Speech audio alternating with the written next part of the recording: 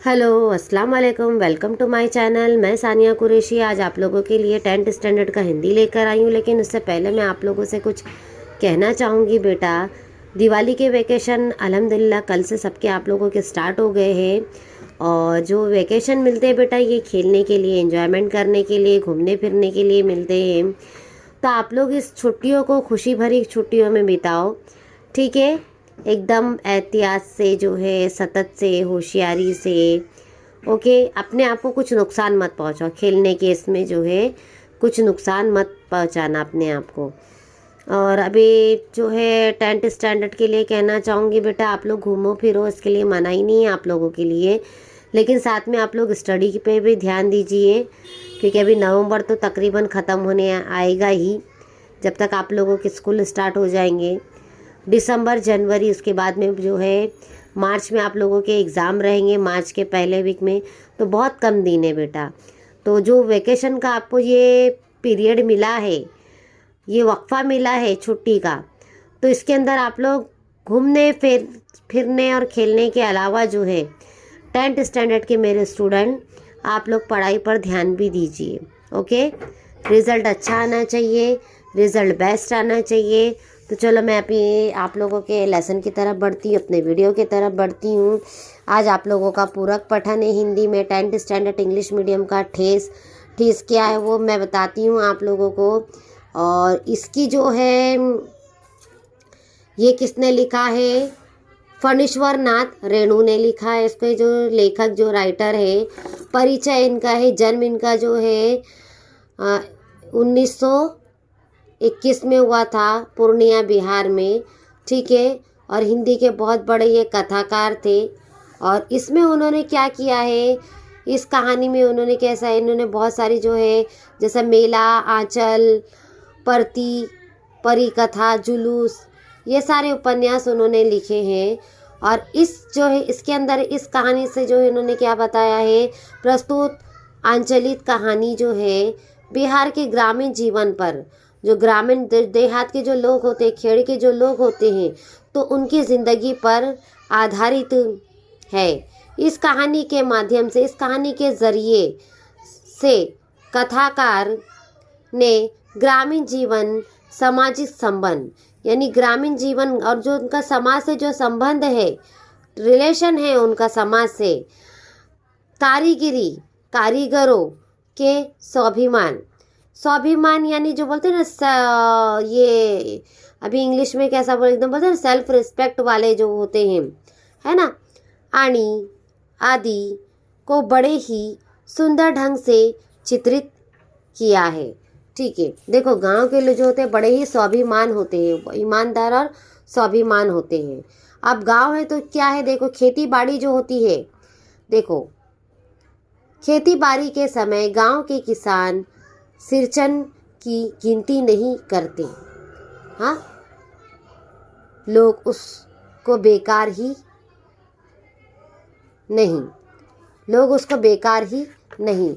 अब यहाँ पे देखो, बेकार, बेगार के मीनिंग क्या है इसके अंदर जो है, बेगार स्तर यानी बिना मजदूरी दिए ज़बरदस्ती लिया गया काम, है ना। बिना जो है मजदूरी दिए क्या करते हैं, उससे ज़बरदस्ती उनसे काम लेते हैं, ठीक है।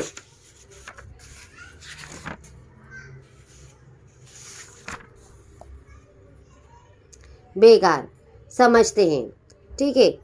इसलिए खेत खलिहान की मजदूरी के लिए कोई नहीं बुलाने जाता है, यानी इनकी मजदूरी के लिए कोई नहीं बुलाने नहीं जाता सिरचन को। क्या होगा, इन काम करने वालों को, उसको बुलाकर दूसरे मजदूर खेत पहुंचकर एक ही तिहाई काम कर चुकेंगे, यानी दूसरे मजदूर क्या करेंगे, खेत पहुंचकर एक तिहाई काम कर चुकेंगे। तब कहीं सिरचन राय हाथ में खुरपी डुलाता हुआ दिखाई पड़ेगा। जो खेत खोदते ना, खुरपनी, खेत जो है खोदने का जो है औजार होता है, पगडंडी पर तोल तोल कर पांव रखता हुआ धीरे धीरे मुफ्त में मजदूरी देनी हो तो और बात है। धीरे धीरे आते हैं ना, हिलते डुलते हुए। जाहिर सी बात है, अगर आप किसको काम दोगे, मजदूरी दोगे, तो ही सामने वाला इंसान क्या होगा, दिल से काम आपका करेगा, है ना। आज सिरचन को मुफ्तखोर, कामचोर या चटोर कह ले कोई। एक समय था जब उसकी मेडिया के पास बाबू लोगों के सवारियां बंधी रहती थी। एक समय ऐसा था जब उन कारीगरों के पास क्या होती थी, लोगों की सवारियां बंधी रहती थी। उसे लोग पूछते ही नहीं थे, उसकी खुशामद भी करते थे। यानी उस वक्त उनकी कीमत थी। लोग पूछते नहीं थे बल्कि उनकी खुशामद करते थे, आजिज़ी उनकी करते थे। अरे सिरचन भाई, अब तो तुम्हारे ही हाथ में ये कारीगरी रह गई है। अब ये काम तुम ही करने वाले हो। देखो, अगर काम ज़्यादा है, मजदूर कम है, तो हम क्या रे कर दो ना ज़रा, तुम जितनी कीमत बोलोगे हम दोगे, क्योंकि उस वक्त हम लोग मजबूर रहते ना, है ना। और अगर मजदूर ज़्यादा है, अरे नहीं चलो जाने दो, ये नहीं तो कोई और मिलेगा, ये नहीं तो कोई और उसका भाई सही। कारीगरी रह गई। और सारे इलाके में एक दिन का समय निकाल कर चलो, बड़े भैया की चिट्ठी आई है। शहर में सिरचन से एक जोड़ा चिक बनाकर भेज दो। यानी शिरकन से एक जोड़ा चिक बनाकर भेज दो। मुझे याद है, मेरी माँ जब भी सिरचन को बुलाने के लिए कहती, मैं पहले ही पूछ लेता। यानी मेरी माँ, लेखक कहते हैं कि मेरी माँ जब भी सिरचन को बुलाने कहती तो मैं पूछ लेता, भोग क्या क्या लगेगा, यानी खाना, अच्छी अच्छी चीज़ें। माँ हंस कर कहती, जा जा बेचारा, मेरे काम में पूजा भोग की बात नहीं उठाता। जा जा, वो अच्छा है, मेरे काम में पूजा भोग की बात नहीं उठाता। कभी पड़ोसी के गांव की पंचानंद चौधरी के छोटे लड़के को एक बार मेरे सामने ही बेपानी कर दिया था सिरचन ने। तुम्हारी भाभी नाखून से खांट कर तरकारी परोसती है। ये है तुम्हारी भाभी जो है, नाखून से काट कर तरकारी परोसती है। परोसती यानी सर्व करना। और इमली का रस डालकर कड़ी तो हम मामूली लोगों की घरवालियाँ बनाती है ना, जैसा बेइज्जती बोलते हैं ना, इंसल्ट। तुम्हारी भाभी ने कहाँ से बनाना सीखी है। इसलिए सिरचन को बुलाने के पहले मैं माँ से पूछ लेता। इसलिए हमेशा सिरचन को बुलाने से पहले मैं माँ से पूछ लेता। सिरचन को देखते ही माँ